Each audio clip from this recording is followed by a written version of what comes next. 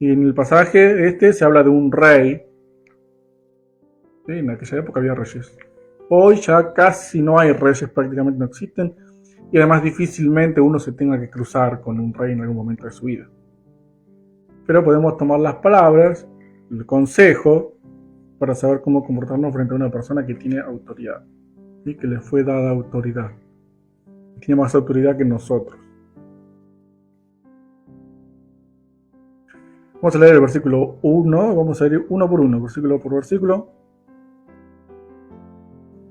Dice el capítulo 8, versículo 1 de Eclesiastés: ¿Quién como el sabio?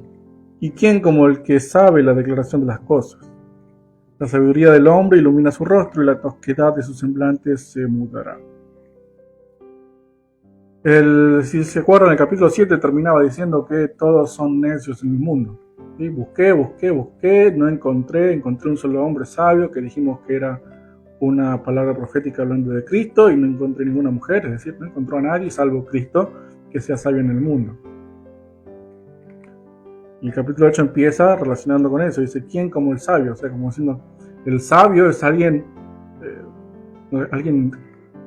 respetable, alguien importante, alguien que tiene cierta característica que otros no tienen. ¿Quién se puede comparar con el sabio?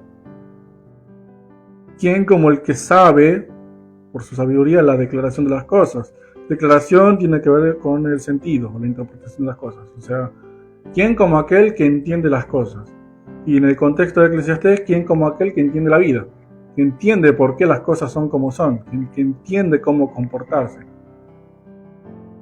Ese que entiende es alguien que destaca, que no tiene comparación. O sea, se lo puede comparar solamente con otro que entiende lo mismo que él. La sabiduría del hombre ilumina su rostro.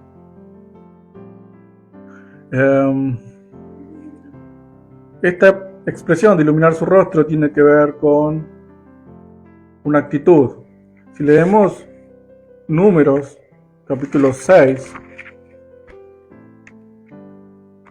número 6, del 22 al 27, vamos a leer la bendición que tenían que pronunciar, o que tenía que pronunciar Aarón, la bendición sacerdotal. Número 6, del 22 al 27, dice así: el Señor habló a Moisés diciendo: habla a Aarón y a sus hijos y diles: así bendeciréis a los hijos de Israel diciéndoles: el Señor te bendiga y te guarde. El Señor haga resplandecer su rostro sobre ti y tenga de ti misericordia. El Señor alce sobre ti su rostro y ponga en ti paz. Y pondrán mi nombre sobre los hijos de Israel y yo los bendeciré. Acá tenemos la expresión de un rostro resplandeciente. ¿Sí? Está diciendo que los sacerdotes tenían que bendecir al pueblo con esta expresión: que Dios haga resplandecer su rostro sobre ustedes. ¿Qué significa entonces el rostro resplandeciente? La bendición de Dios. En este caso es, si Dios te mira con un rostro resplandeciente, es lo mismo que decir que hallaste gracia a sus ojos. Si Dios hace resplandecer, si Dios brilla su rostro para con vos, significa que hallaste gracia a sus ojos. Significa que te está bendiciendo, que te está guardando, que tiene misericordia y que pone paz en vos. Entonces, cuando dice que la sabiduría del hombre ilumina su rostro, quiere decir que transforma al hombre en una persona bondadosa, una persona que bendice. Y por eso dice: la tosquedad de su semblante se mudará. Es decir, una persona que vive amargada o que vive triste, que tiene la expresión dura de su rostro, con la sabiduría, y por supuesto una persona así tiende a ser menos amable, la sabiduría transforma a esa persona de tosca, de triste o de dura, de severa, en una persona de rostro iluminado, es decir, bondadosa, amable, que sabe entonces cómo comportarse con las personas, cómo dirigirse a las personas. Entonces, ¿quién como el sabio? No hay nadie en el mundo. ¿Quién destaca? El sabio, el que entiende la vida y el que sabe cómo comportarse, porque la sabiduría le ilumina el rostro, le cambia la forma de tratar a las personas. Y entiende cómo comportarse entonces. Y en ese contexto es que da el consejo en el versículo 2. Te aconsejo que guardes el mandamiento del rey y la palabra del juramento de Dios. Y acá empieza el tema de hoy, cómo comportarse delante de un rey. ¿Sí? El sabio entiende, ahora lo vamos a ver también, lo clara de vuelta, el sabio entiende por su sabiduría, el sabio cambia, ilumina su rostro con la sabiduría y se comporta delante del rey como corresponde. Entonces el consejo es guardar el mandamiento del rey. Y aunque ahí dice y la palabra de juramento de Dios, tendría que ser por la palabra de juramento de Dios. Es decir, se juraba lealtad al rey en aquella época. Y bueno, creo que en los países donde hay reyes, creo que también se jura lealtad al rey. Y entonces estás jurando, estás haciendo un juramento. Por causa del juramento que hiciste, guarda el mandamiento del rey. Es decir, hace caso a las órdenes del rey. Y hoy ya no juramos, como prácticamente no hay reyes. No hay juramento por el cual se deba respetar a las autoridades. Uno no jura lealtad al presidente, uno no jura lealtad al gobernador, no jura lealtad a las personas. Pero sí hay mandatos en la Biblia que hablan acerca de cómo uno debe tratar con las autoridades. Vamos a leer 1 de Pedro, capítulo 2.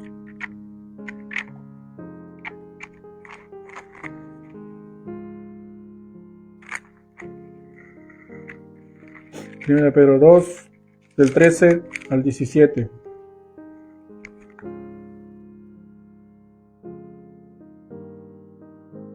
Dice así, 1 Pedro 2, 13 al 17. Por causa del Señor, someteos a toda institución humana, esto es el gobierno, ya sea el rey como superior, ya los gobernadores, como por él enviados para castigo de los malhechores y alabanza de los que hacen bien. Porque esta es la voluntad de Dios, que haciendo bien hagáis callar la ignorancia de los hombres insensatos, como libres, pero no como los que tienen la libertad como pretexto para hacer lo malo, sino como siervos de Dios. Honrad a todos, amad a los hermanos, temed a Dios, honrad al rey. Y la orden es bastante clara, se debe honrar a las autoridades y guardar el mandamiento del rey. Dice, ya sea rey, ya sea gobernadores, sea quien sea que está en el poder, el cristiano debe obedecer las leyes que vienen del poder. Y tenemos más. Si leemos Romanos, capítulo 13,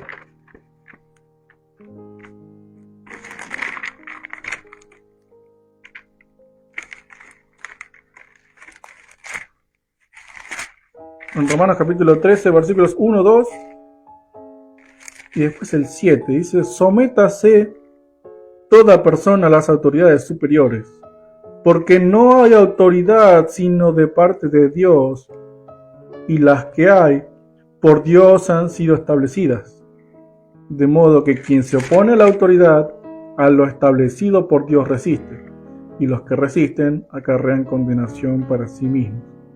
Y el versículo 7 dice: pagad a todos lo que debéis, al que tributo, tributo, al que impuesto, impuesto, al que respeto, respeto, al que honra, honra. Es decir, se hace hincapié en la idea de que el cristiano debe respetar a las autoridades, porque dice ahí claramente: Dios puso a esos hombres ahí. Si tienen el poder, porque Dios se lo dio. Y esto es lo que reconoció Jesús cuando estaba por Pilato. Pilato le dice: ¿por qué no me respondes si vos sabés que yo tengo autoridad para mandarte a crucificar o salvarte? Y Jesús le responde sabiamente: no tendrías autoridad si no te hubiese sido dada del cielo. Entonces todos los que están ahí, aunque hayan llegado con trampas, con sobornos o con lo que sea, llegaron ahí porque Dios los dejó llegar, porque Él los puso.